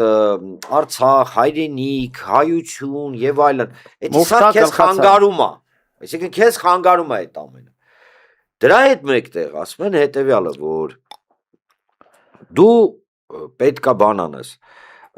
անպայման պետքա ինքդ քեզ ազգային կաստրացիայի ենթարկես։ Ազգային կաստրացիա, ստերջացման։ հա, ազգային ստերջացման, որովհետև պարզվում է, պրոբլեմը ինքը դա է ասում, քո մեջ է, ինքը ասում է ժողովուրդ, քո մեջ է, դու վատ ես ապրում, որովհետև օրինակ չգիտեմ, սիրում ես, հա, ցեղասպանություն ես, Կամ շուտ Արցախը տխրում ես։ թոք էր մեր վզին, դրա համար մենք վատ էինք ապրում։ Ցեղասպանությունից վաղը անխուսափելի ասվելու է Սյունիքն էր թոք։ Այո։ Ասելու է Երևանն էր թոք։ Արդեն սկսել են տենց մանրից տաքացնել հասարակության կարծիքները, դե սովետի ժամանակ ադրբեջանցու հետ ապրում էին։ Կամ Օսմանյան կայսրությունում հայերը ապրում էին։ Ես դրանց հետ մի հատ բանավեճի էի մասնակցել, դա տուպերձիա են, էլի, սես լավ Մածունը բառ հետո կա։ օգնեց այդ բանավեճից հետո, թե չի փրկել։ Ուրեմն սենց մի բան կար, արա հետս փրփուրը բերանը 15 թվականին մենք պետք է հասկանանք ինչ ա եղել, բան ասում են ոնց որ մեկը մտնի տուն, տնեցիկից սպանի, բռնաբարի, մորթի, դու հետո նստես ասես, մի հատ հասկանամ խի ա մտեինք իմ տուն։ Արա դու քո ապուշ չեք։ Ես այդ ինչ էի արել։ Երկրորդը 15 թիվ ասում եմ, տես 15 թիվ առաջի համաշխարհային, որպես օրինակ եմ ասում, առաջին համաշխարհային պատերազմն է, հայը ընկավ ռուսի, թուրքի, ֆրանսիացու, անգլիացու արանքը, դրա համար թուրքը ճարահատված, այդ խեղճ թուրքը ճար չուներ, որ պետք է մեզ կոտորեր, ինքը ճարահատված էր։ Ասում եմ, լսեք, ասում եմ, ձեզ մի հատ գաղտնիք եմ բացում, ասի, բոլոր հայերը գիտեն, բացի ձեզանից, ասի։ Տեսեք, հայերի կոտորածը չի սկսել 1915 թվականին, 1915 թվականից մինչև 1921 թվական ընդհուպ պիկն էր, հայերի կոտորածը սկսել է, եթե ցանկանում եք, հայ, սենց ասենք, պաշտոնապես 1897 թվականին։ Համիդյան ջարդեր։ Ապրես, երբ որ Համիդյան ջարդերի ժամանակ կոնցեպտ առաջ եկավ, որը իմիջիալոց բերեց սրանց սիրած Եվրոպան։ Հունգարացիները, թուրք չկար, օսմանցի էին, չէ, թուրքական ազգի ձևավորում։ Կոնցեպտը իր մեջ ներառում էր հետևյալը, որ պետք է այն ժողովուրդները եւ ազգերը, որոնց հողերի վրա տնավորվել են քոչվոր վիժվածքածին ցեղերը, իրանք պետք է վերանան, ոչ թե ասիմիլացվեն, որովհետեւ թուրքերի պես ասիմիլացնող ոչ մի հասարակություն չկա։ Իրականում հիմա հիմիկվա թուրքերը, իրենք ովքեր են, իրենք ըստ 800 տարվա ժամանակ այդ գենետիկ սելեկցիայի ընթացքում, չէ, ձևավորված ինչ-որ մի տենց Հիմա տեստեր են անում, որտեղ թուրքական կեն չկա մեջ։ Աշխարհի միակ երկիրն է Թուրքիան, որտեղ արգելված է օրենքով թեստ անելը, գիտես, խի թեստ են անում, տենում են հույն է, հայ է, հրյա է, բուլղարացի է, սերբ է։ Թուրք չկա, էլի։ Հիմա, բայց վերադառնալով այդ ամենին, ասում եմ, տեսեք, 1897 թվական սկսեցին բուլղարացիներից եւ հույներից կոտորեցին 2 միլիոն մինչեւ 1905-7 թվական 2 միլիոն հույն էր կոտորվել, Սմիրնայի կոտորածը։ Ձեռի հետ 300,000 հայ, ձեռի հետ։ Ես կրկնում եմ սրանց խոսքերը, որովհետեւ չեմ ուզում իմ անուններ հնչեցնեմ, ինձ որ առաջի անգամ ասացին ձեռի հետ, ոնց ինֆարկտ էի ստանում։ Ասում դու հասկանում ես մարդկանց մասին ես խոսում։ Դե լավ։ Էսի տենց իմ էմոցիաներն, հա։ Հետո գալիս է 1905-7 թիվ։ Շուշիի ջարդերը առաջին երբ էին։ 1905 թվականին հերթով ամեն անգամ կոտորելով։ ու մեկ էլ գալիս է ինչ-որ մի պահ, որ 88 թվականին մենք բոլորս ելում ենք ասում ենք ախպեր հերիքա մեզ մորթեն, մենք չենք որ Ժորժան, մենք չենք գնացել իրանց տուն, հասկացեք, մենք չենք գնացել կոտորածարը, մենք չենք հողերը զավթել, 100 տարվա ընթացքում դա ակնթարթից ավելի քիչ է պատմական առումով, Հայաստանի, մեր հայրենիքի 92-94%-ը չկա, իսկ գիտեք ինչի չկա, որովհետև 15 թվականին, 1921 թվականին, 1905 թվականին, 1897 թվականին, 1988 թվականի սկզբին 86-ից 88 թվական հայտնվում էին Նիկոլ Փաշինյաններ, որոնք ասում էին ախպեր մի դիմադրի, կողքի գյուղը կմորթեն ջանդա, մեր գյուղ չեն մտնի, հիմա դա են մեզ ասում, դա է դու չեք հասկանում ինչ ժողովուրդ չկա անդիմություն, իշխանություն կռիվ հիմա, չկա, ուղղակի չկա, սուտա ով ինչ ուզում ասի, չկա կռիվը հետևյալն է, ապրելու ենք լավագույն ճակերտներում դեպքում մենք տարատեսակ լոսերում, Մոսկվաներում, չգիտեմ, Փարիզներում, Բոյնոս Այրեսներում, Արարատն էլ մխենք պատին ու տենց տարին երկու անգամ կենաց բարձրացնենք, էդի լավագույն դեպքում։ Թե մենք ի վերջո կհասկանանք, որ մեզ դրել են ոչխարի տեղել, ոնց բացատրենք։ Ոչ հատո ոչխարի իրանք են։ Ոչխարի տեղ դնում են, ասում են, գիտեք ինչ կա, ոչխար լինելը, լափելը, չունենալ ընդհանրապես ոչ մի բարոյա հոգեբանական հենք։ Էդի միակ տարբերակն է, որ մարդ լինի երջանիկ։ Ու մի բան էլ ասեմ, զգում եմ հարց եք ուզում տակ։ Ժողովուրդ, սրանք, որ ասում են ազատություն, հիմնական ազատ չէ, ասում են ազատությունը իրականում լինում է երկու տարբերակի, մեկը գոտկատեղից վերև, մեկը գոտկատեղից ներքև։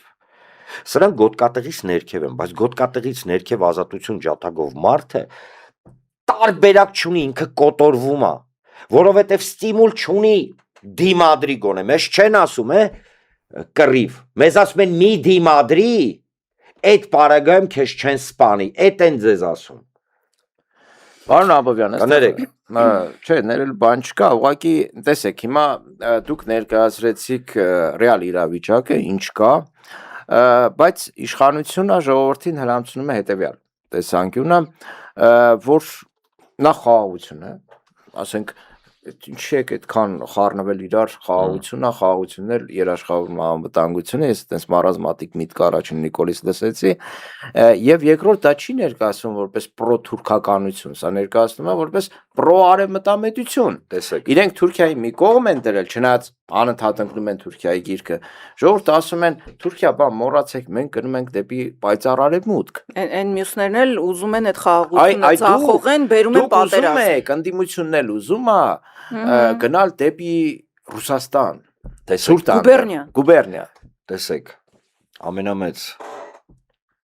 սրանց սխալմունքը իշխանություններին է, որ իրենք մարդկանց համարում են անմեղսունակ։ Իրականում իրանք համոզված են, որ մարդիկ կառավարվող զանգված են, ժողովուրդ, ձեզ, ինձ, մեզ բոլորիս համարում են անասուն, ես լուրջ եմ ասում, իրանք համոզված են դրանում։ Ինչի համար, խաղաղությունը ինչ է,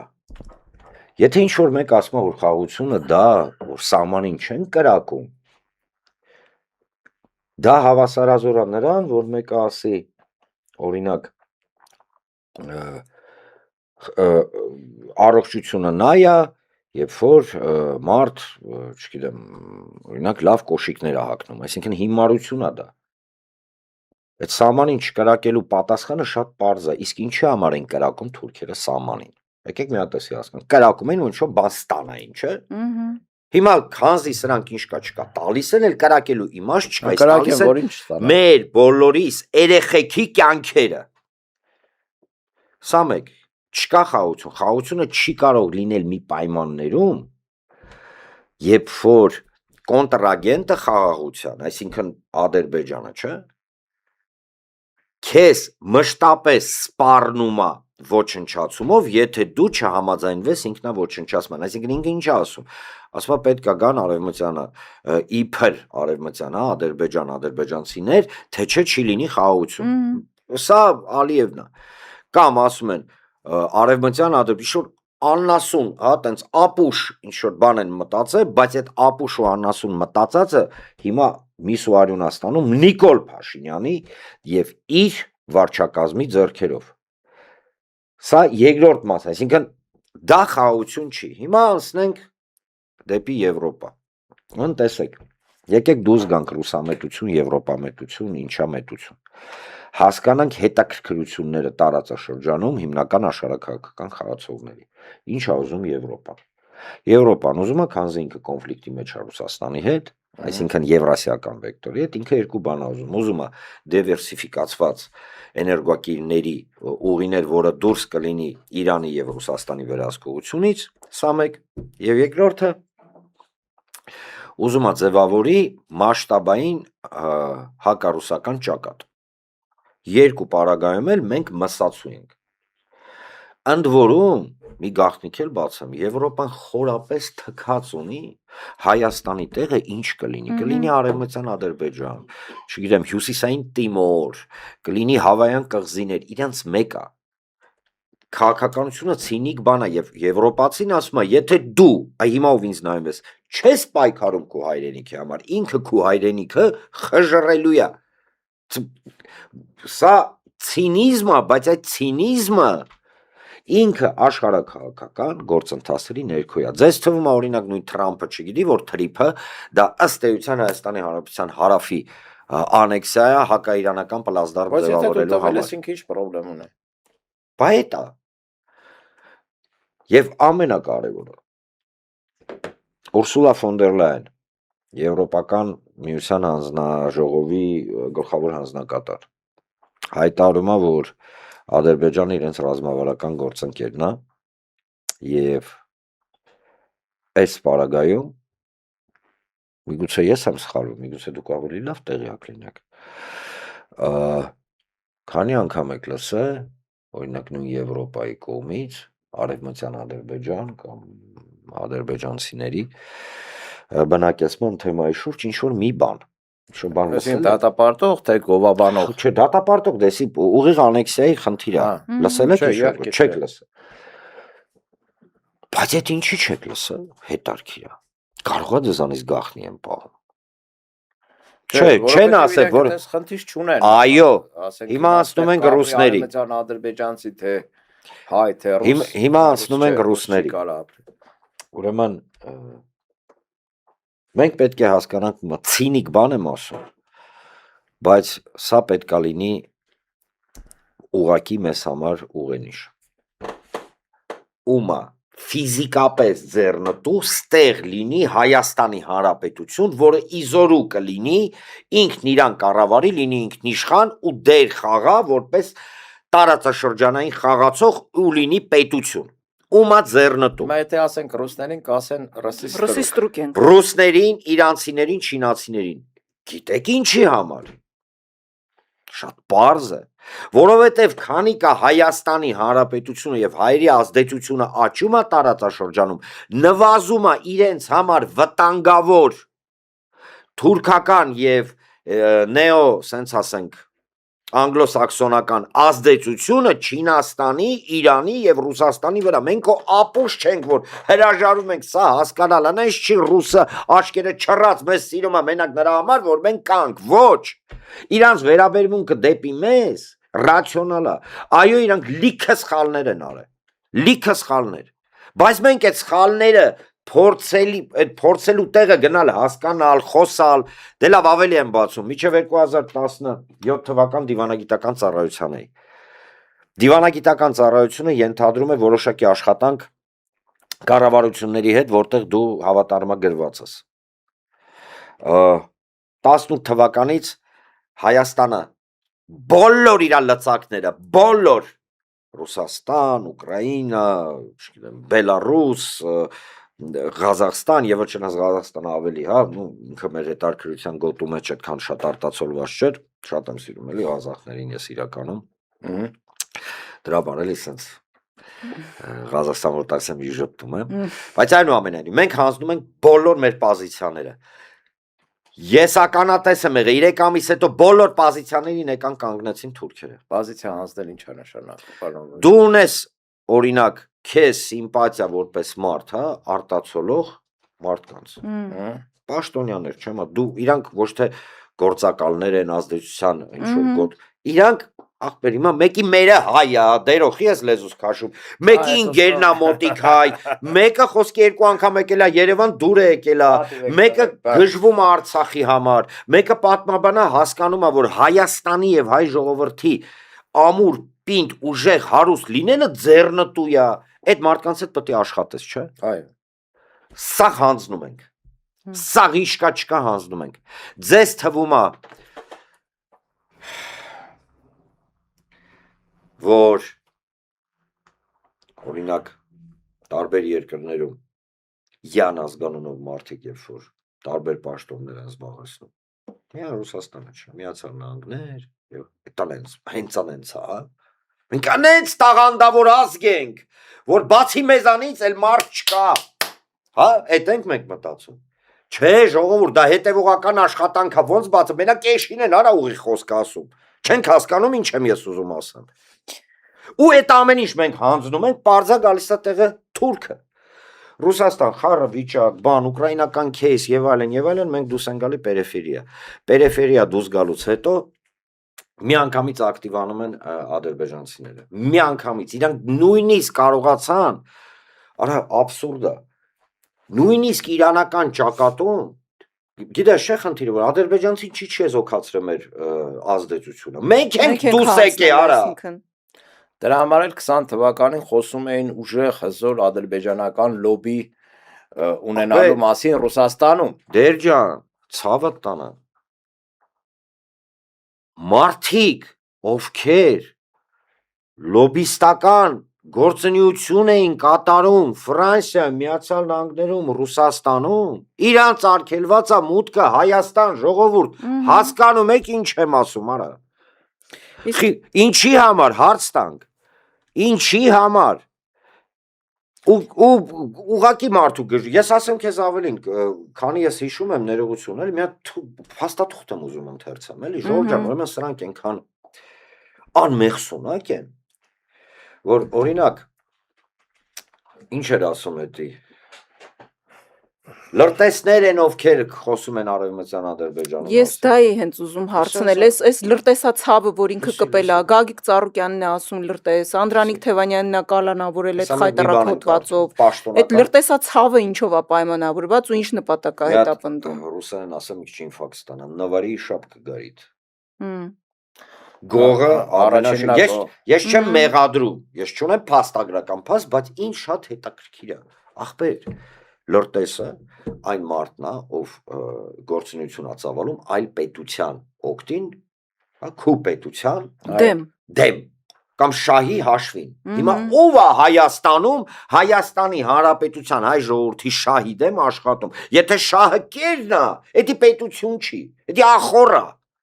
Չէ, իրանք աշխատում են շահի դեմ։ Ասեմ ավելին։ Ուրեմն սրանք ասում են, չէ, ով ասում է 300,000 ադրբեջանցի է, դրանք բան են։ Լրտես են։ Իրանք օրակարգ են բերում։ Ադրբեջանական նարատիվն են։ Ադրբեջանական նարատիվ են առաջ տանում, էս են անում, ասում են կայենգեր։ Ասում են ինչի մեջ չեք լսում եք Ալիևին։ Շատ բաց պատճառ դու Ալիևը ինչ ասել է, դուք արել եք։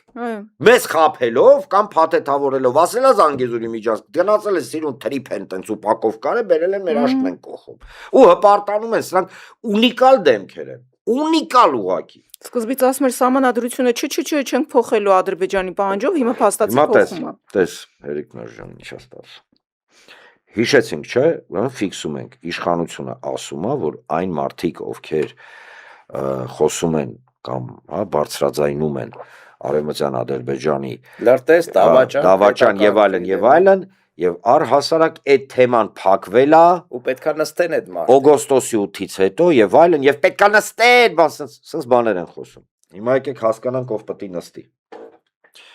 Հայաստանի Հանրապետությունը գործում է արտաքին հետախուզության ծառայություն, պաշտոնական կառույց, որը զբաղված է արտաքին հետախուզությամբ, արտաքին հետախուզության ծառայությունը տարվա վերջին հրապարակել է զեկույց հիմնական վտանգների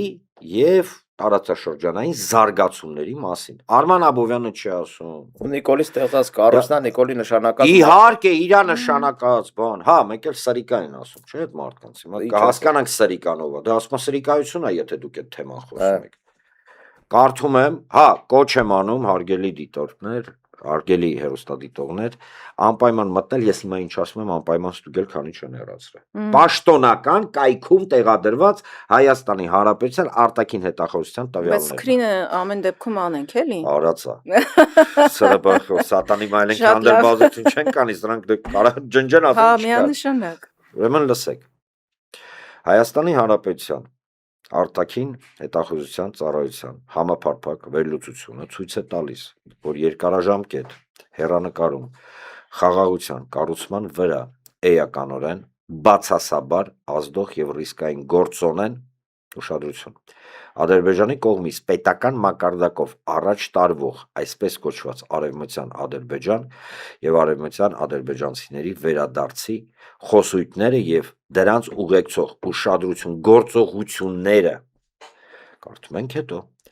Հայաստանի Հանրապետության արտաքին հետախուզության ծառայության ունեցած տվյալները վկայում են, որ Ադրբեջանը Վաշինգտոնյան հռչակագրից հետո, այսինքն օգոստոսից հետո իրանք ասում են մենք փակել ենք թեման, ոչ միայն չի նվազեցրել, այլև էականորեն ակտիվացրել է այդ քարոզչությունը,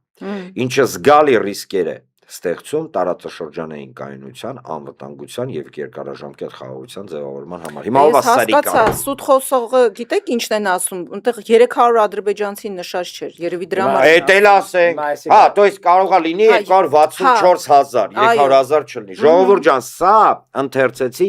պաշտոնական փաստաթուղթ։ Հիմա ով է սրիկան, ով է լրտեսը, ով է Հայաստանի Հանրապետության դեմ աշխատում, երբ որ առավոտից երեկո ձեզ համոզում են, որ Հայաստանի Հանրապետության արտաքին հետախուզության ծառայությունը պարզվում է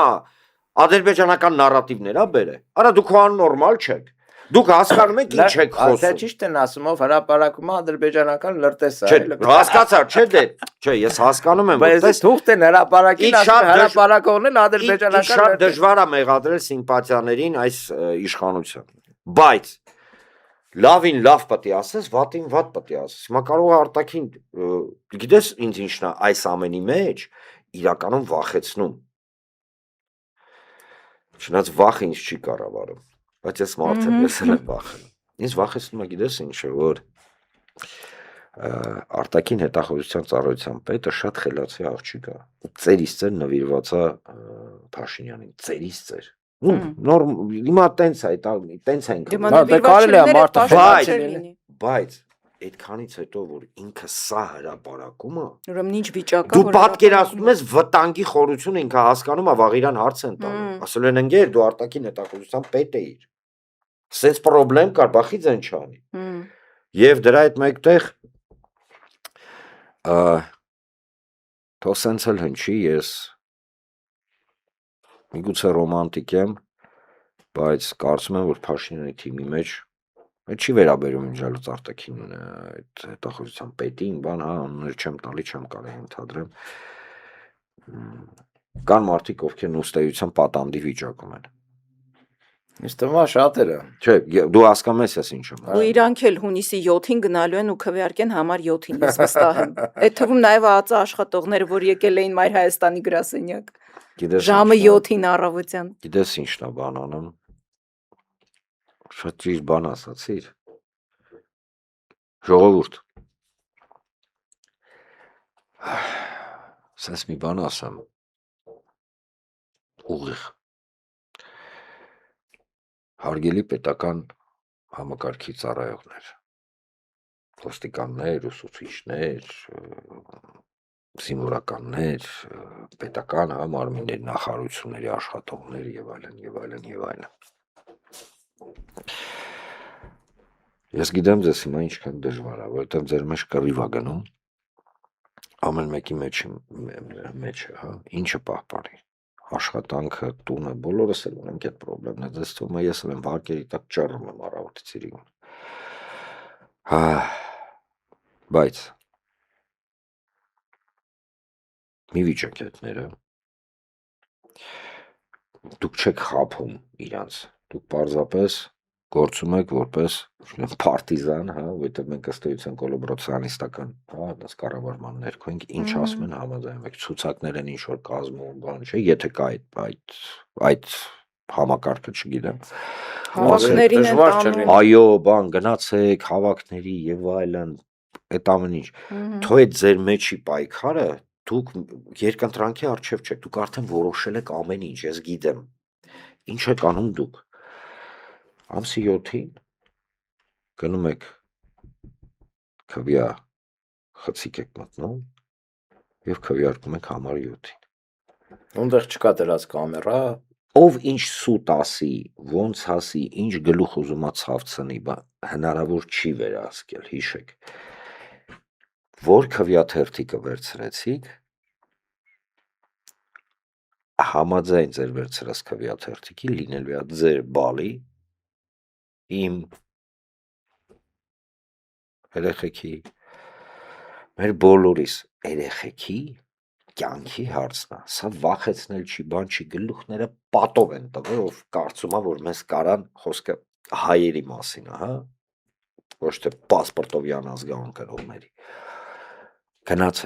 Գնացեք եւ դուք ձեր ոչ թե ընտրություն արեք, ես անպագորգոր խոսքեր չի։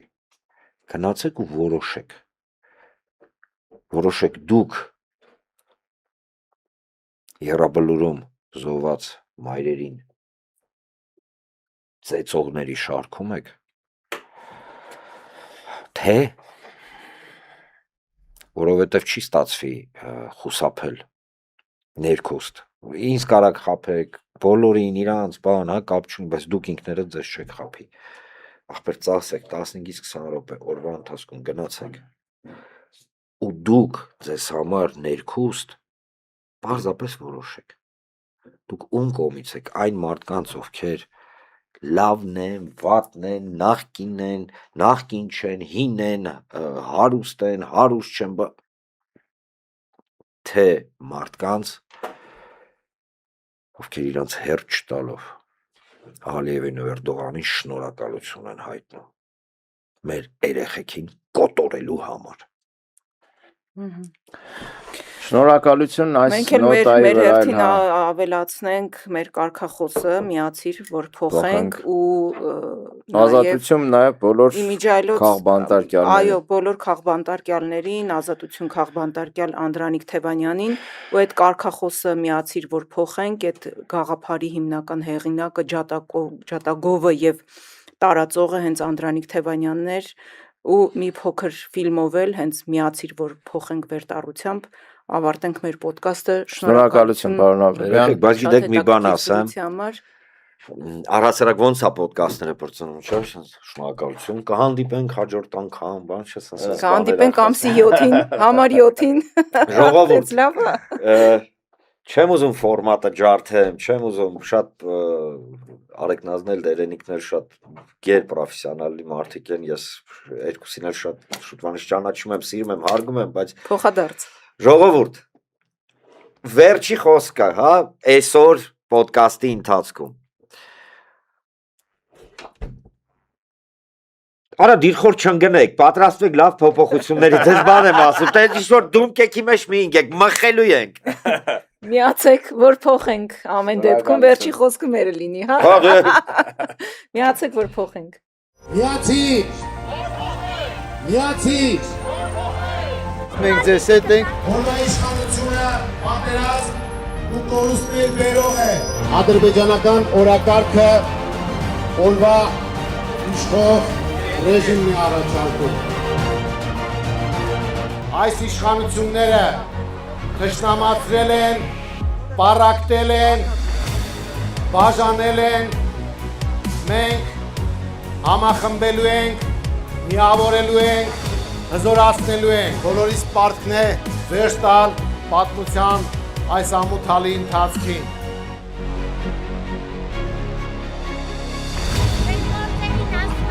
Շնորհակալություն։ Մենք ձեզ հետ ենք։ Ով որ չի ափսոսում Արցախի կորստի համար, այնի սիրտ, հոգի ու միտք չունի ու հայ չի։ Մեր Ղարաբաղի տատի պապին եղանք, էլի։ Ունենալու ենք անվտանգ երկիր, թե արժանանալու ենք Արցախի ճակատագրի։ Ողջունում ենք Ժողովուրդ ջան, բարև ձեզ։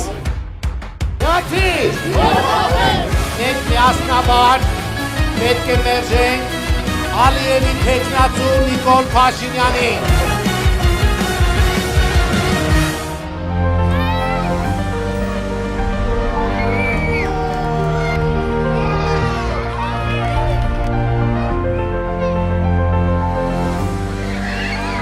Միացիր։ Միացիր։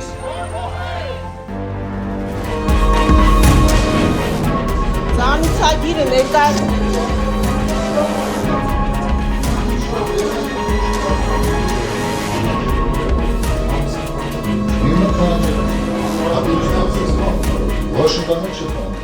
Նիկոլ Փաշինյան, դու իմ կլիենտն ես, ուրեմն դու ես ներկայացրել եմ, թե ինչ պետական դավաճանությամբ ես զբաղվել